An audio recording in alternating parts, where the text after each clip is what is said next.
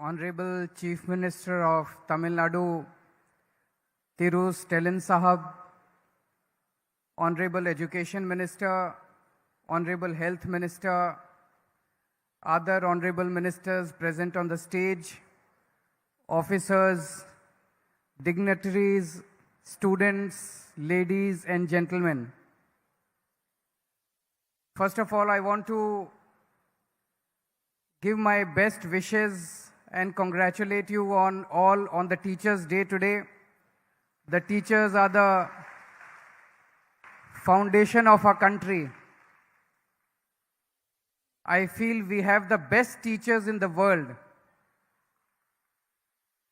The difficult conditions in which the teachers in our country work, and despite that they are able to produce results, I salute all the teachers in our country. I am very, very happy to be here today. And I want to congratulate Thiru Stalin Sahab. What a way to celebrate Teachers' Day. So many education initiatives are being started today. 26 schools of excellence, 15 model schools, and a very revolutionary scheme, sorry if I pronounce it wrongly, Puttumai Pen.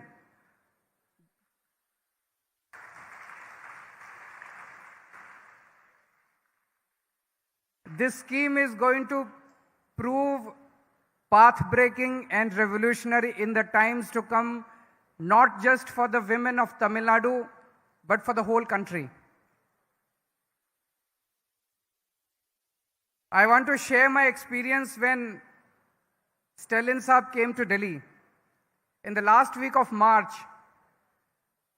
we got a message that Stalin Saab wants to come and visit Delhi government schools. I was very surprised because in our country, we rarely see chief ministers going to each other's state and see the schools or the hospitals. Most of the time of a politician goes in politics, and very little time is spent on development. So I asked my office to confirm doubly whether it is true that he wants to come to see the schools and Mohalla clinic. They said, yes, he just wants to come to see the schools and Mohalla clinic. I was so happy to receive him. I personally went and received him. I took him around the school. I took him around the Mohalla clinic. And during media interaction, he announced that he will open similar schools of excellence in Tamil Nadu, and he will invite me for the inauguration. So I was very sure that he is going to do that. But I thought it might take about a year, 2 years, 3 years before it happens. Stalin Saab, I'm so pleasantly surprised that you have done it in 6 months. Within 6 months, now I got an invitation to come and make the announcement that 26 schools of excellence will soon be started in Tamil Nadu.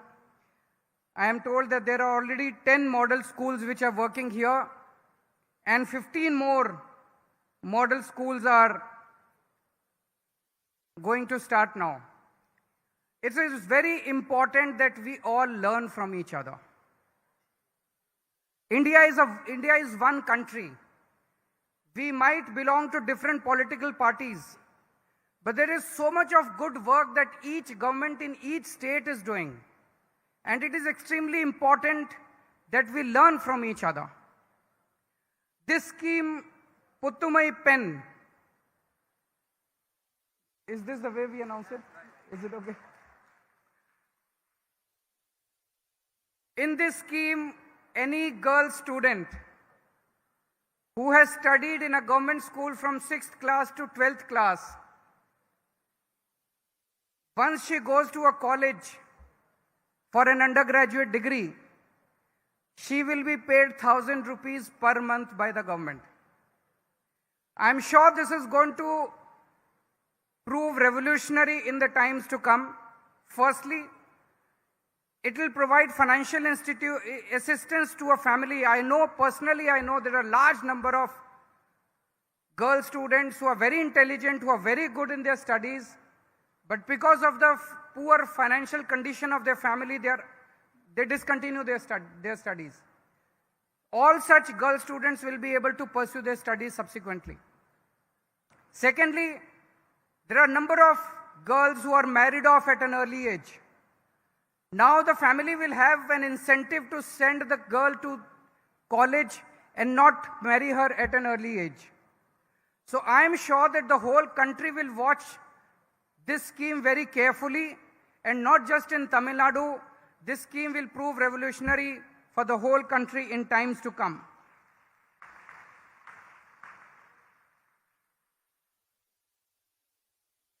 There are 27 crore students who go to school in our country. Out of that, 18 crore students go to government schools. Almost two-thirds. 66% of the students go to government schools. And we know that the condition of the government schools all across the country, barring a few, good initiatives are being taken in Tamil Nadu.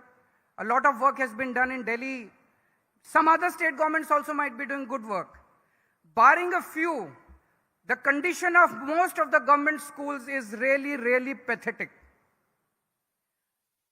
My question is, how can all of us want our country to become #1 country in the world. All of us want the country to become a developed country. But if 66% of our schools, of our children are getting rotten education in government schools, how can the country progress? We can make long speeches, we can make big speeches that we want the country to become a developed country, we want the country to become #1. But unless and until we start providing good education in government schools, as good as in private schools, I think the dream of becoming a developed country will always remain distant. It should be the right of each child born in this country, whether rich or poor. It is the right of each child to get good education and free education in our country. And it should be the duty of each government to provide good education and quality education and free education to each child born in this country. This should have happened in 1947 itself.